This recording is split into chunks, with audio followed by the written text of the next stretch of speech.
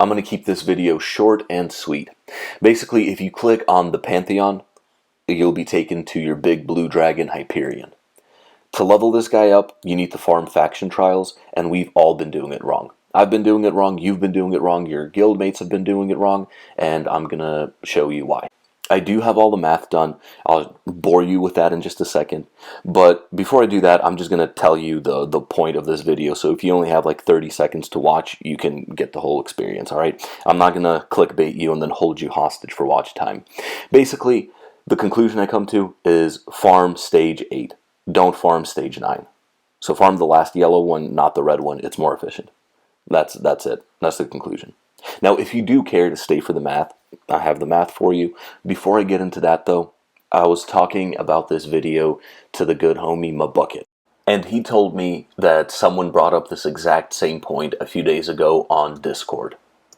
So if you are that person, I don't know who did it, but if you are that person, then let me know and I will shout you out.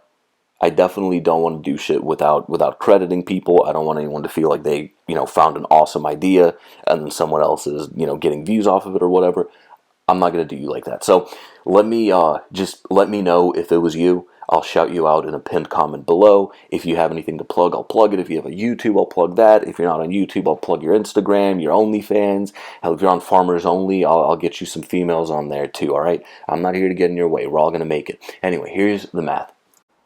Alright, so let's go back to the Pantheon Dragon. To level him up, you need to use these tokens, and they come in 3 different rarities.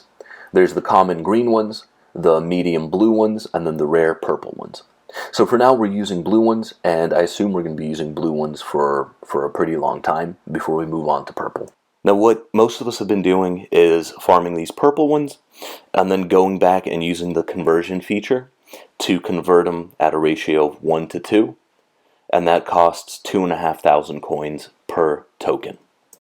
So let's just quickly take a look at what we get from doing the stage 9, the red stage. We get 2 to 5 per run of the purple tokens. If we average that out, assuming that all of these values 2, 3, 4, and 5 drop at the same rate, if we average it out, it's 3.5. Now, if we go ahead and convert that into blue tokens, we're getting, on average, 7 tokens per run at a cost of 8,750 gold coins. Now let's compare that to stage 8, the last yellow stage.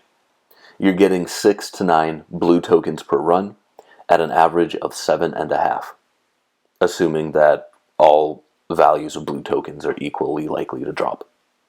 So that means that you're saving 8,000 and some change gold per run because you're not converting, and you're getting an extra half a token per run on average converted. So these numbers might not sound like a big deal, but these are the numbers per run. You get 6 runs per day, meaning that if you farm the yellow stage, you will be gaining 3 extra tokens per day, and you'll be gaining 52k per day. Per week, that's 21 more tokens and 367 more thousand. And in a month, if you're farming the red stages, you're wasting 1.5 million. So that's just something to think about. Obviously, once we get further in the game, once Pantheon starts taking purple tokens to level up, stage 9, the last stage, the red stage, that is going to be the most efficient thing to farm. But while we're on blue, if everything drops at the same rate, then yellow is definitely the way to go. Alright, thank you for attending my TED Talk. Have a good day.